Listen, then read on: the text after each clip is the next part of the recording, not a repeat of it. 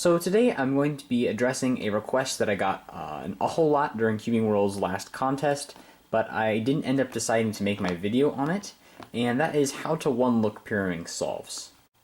So that question may seem pretty straightforward, but it definitely doesn't have a straightforward answer.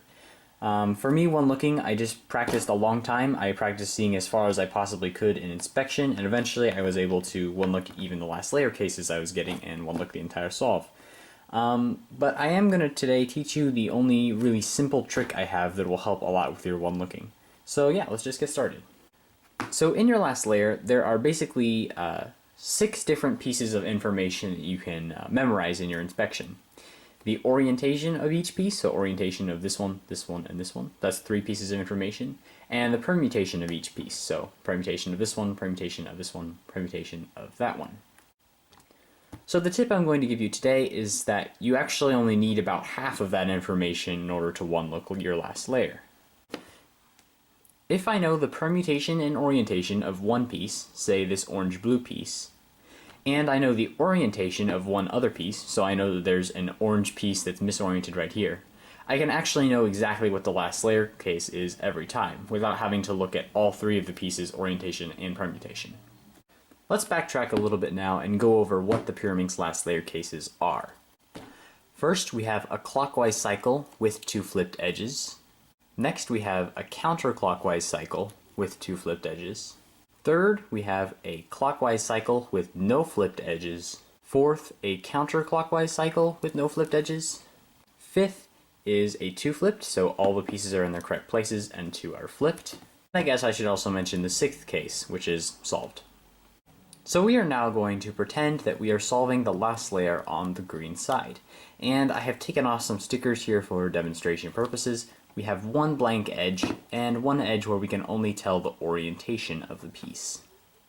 So let's look at this case right here.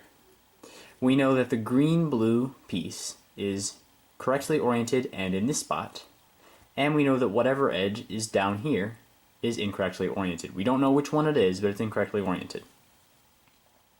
So actually, from those 2 pieces of information, there's only 1 last layer case it can be. It has to be a counterclockwise cycle with 2 flipped edges. Because if there's 1 edge that's flipped, then there's 2 edges that are flipped, and it's obviously not this one because we know it's correct. And if 1 edge needs to cycle counterclockwise, then all 3 edges are going to have to cycle counterclockwise. So we know it has to be that case. So even just from having half of the information of the last layer, we are able to determine the last layer case. Let's look at another example. So here we have the green-blue edge right here, and it's correctly oriented, and we know that whatever piece is right here is also correctly oriented. Now, if we know that 2 edges are oriented, we can go ahead and assume that all 3 are oriented because you can only have an even number of edges flipped around. And since we know this one piece needs to cycle clockwise, we know all 3 of them need to cycle clockwise. So we know for a fact that we have a clockwise cycle with all 3 edges oriented, even though we only knew the exact orientation of or exact position of this piece and the orientation of one other piece.